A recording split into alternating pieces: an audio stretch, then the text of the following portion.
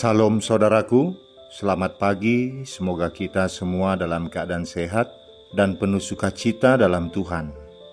Marilah kita menggunakan waktu sejenak untuk berdoa, membaca dan merenungkan firman Tuhan sebagai sumber kekuatan, inspirasi, dan motivasi bagi kita hari ini, Sabtu 30 Oktober 2021.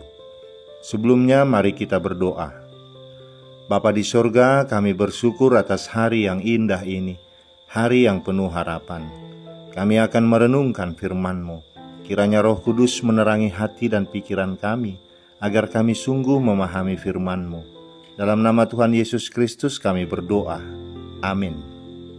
Firman Tuhan yang menyapa kita di pagi ini, Amsal 15 ayat 13. Hati yang gembira membuat muka berseri-seri, tetapi kepedihan hati mematahkan semangat. Demikian firman Tuhan.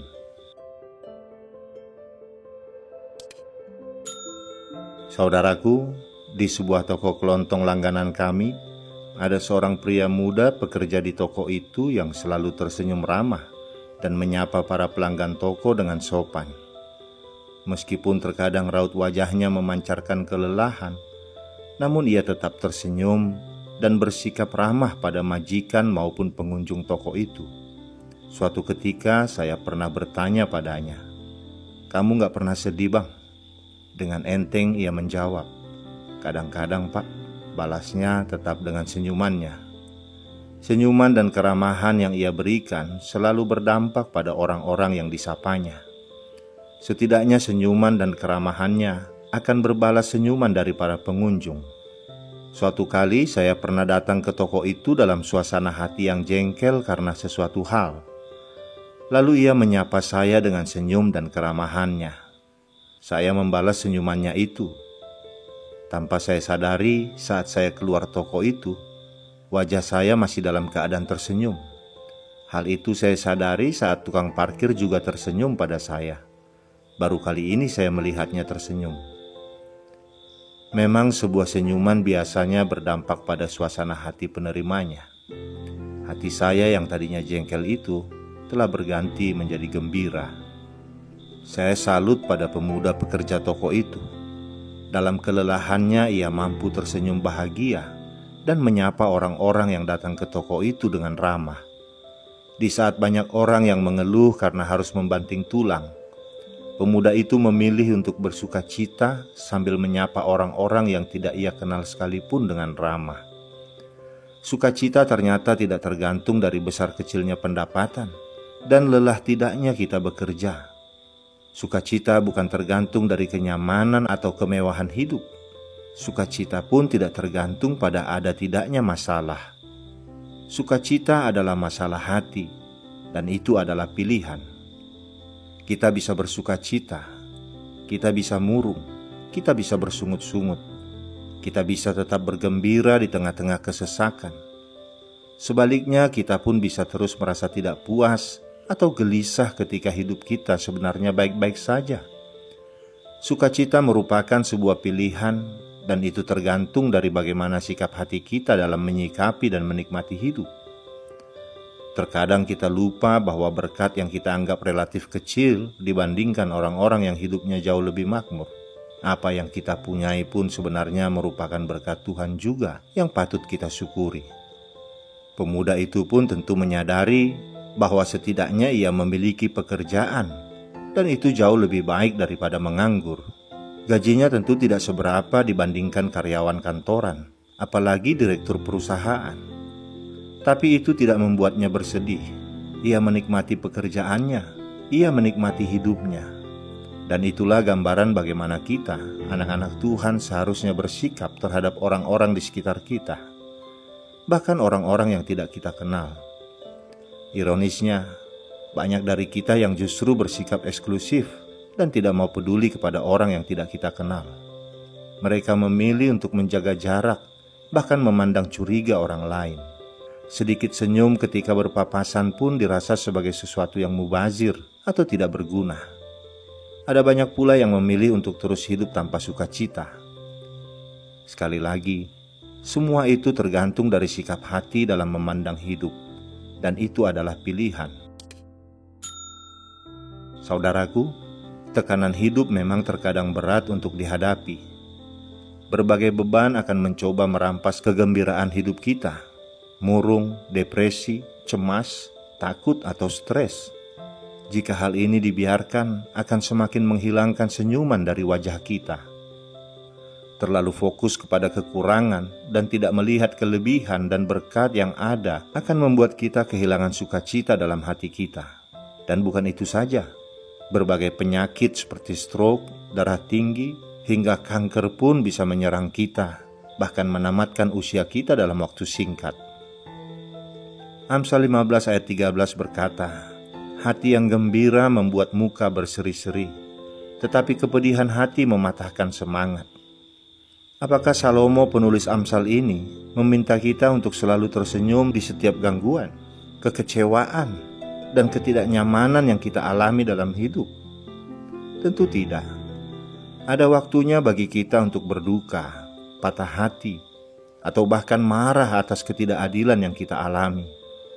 Namun dalam kehidupan kita sehari-hari, sebuah senyuman dapat memberikan kelegaan, pengharapan, dan kasih yang kita perlukan untuk terus melangkah maju. Hati yang gembira membuat muka berseri-seri dapat dimaknai sebagai hati yang senang, sukacita, riang gembira, besar hati atau bahagia, menjadikan raut wajah yang tampak bercahaya, semarak, ceria, cantik, atau bagus. Apabila berseri-seri adalah bercahaya, bersemarak, tampak elok, indah, tampak ceria, maka wajah yang berseri-seri adalah wajah yang bercahaya atau bersemarak. Muka berseri-seri adalah wajah yang tampak elok, indah, cantik, tampan, wajah yang tampak ceria dan cerah. Selanjutnya nas bacaan kita menyatakan, tetapi kepedihan hati mematahkan semangat. Secara umum, kepedihan dimaknai sakit hati yang bercampur sedih, seperti luka yang ditetesi asam atau garam. Jadi, seseorang yang mengalami sakit hati bercampur sedih akan melemahkan perasaan hati, melemahkan gairah, kekuatan, kegembiraan, dan mematahkan kemauan untuk bekerja atau berjuang. Amsal ini hendak menyatakan bahwa muka berseri-seri atau senyum merupakan dampak alami yang keluar dari kondisi batin kita. Hati yang gembira adalah hati yang merasa damai, puas, dan berserah kepada kebaikan Allah. Ketika hati kita memancarkan kegembiraan yang berasal dari dalam batin, kita dapat menanggapi situasi yang kita alami yang tak terduga itu dengan senyuman yang tulus. Saudaraku, sebagai anak-anak Tuhan, seharusnya kita bisa selalu tersenyum bahagia, lalu memberkati orang lain dengan kebahagiaan kita itu. Untuk apa kita selalu cemas, takut, depresi, stres, murung, mengeluh, bersungut-sungut? Bukankah seharusnya kita hidup dalam pengharapan yang tidak akan pernah mengecewakan, melalui kasih Allah yang telah dicurahkan oleh Roh Kudus, seperti yang dijanjikan Tuhan? Wajah kita menunjukkan hati kita. Jika dalam hati kita senang, itu akan ditampilkan di luar. Jika dalam hati kita sedih, itu juga akan ditampilkan di luar. Orang lain akan tahu hati kita dari apa yang bisa mereka lihat di wajah kita.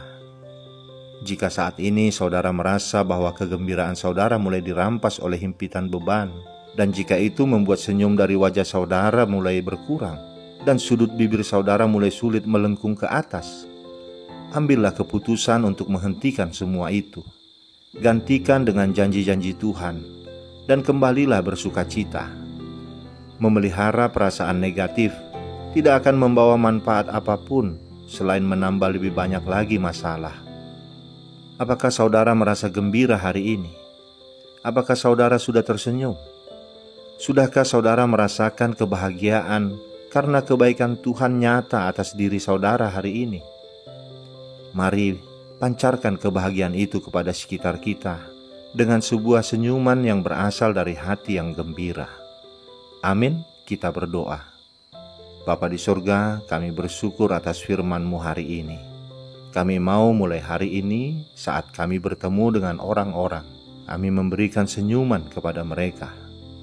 Berikanlah kepada kami Bapa hati yang gembira, agar kami dapat membagikan kegembiraan itu kepada mereka yang berduka, yang bersedih dan berbeban berat. Sebab kami tahu kegembiraan sejati hanya berasal dari-Mu saja. Terima kasih Bapa, dalam nama anak-Mu Tuhan Yesus Kristus kami berdoa. Amin. Selamat beraktivitas saudaraku, Tuhan memberkati. Salam.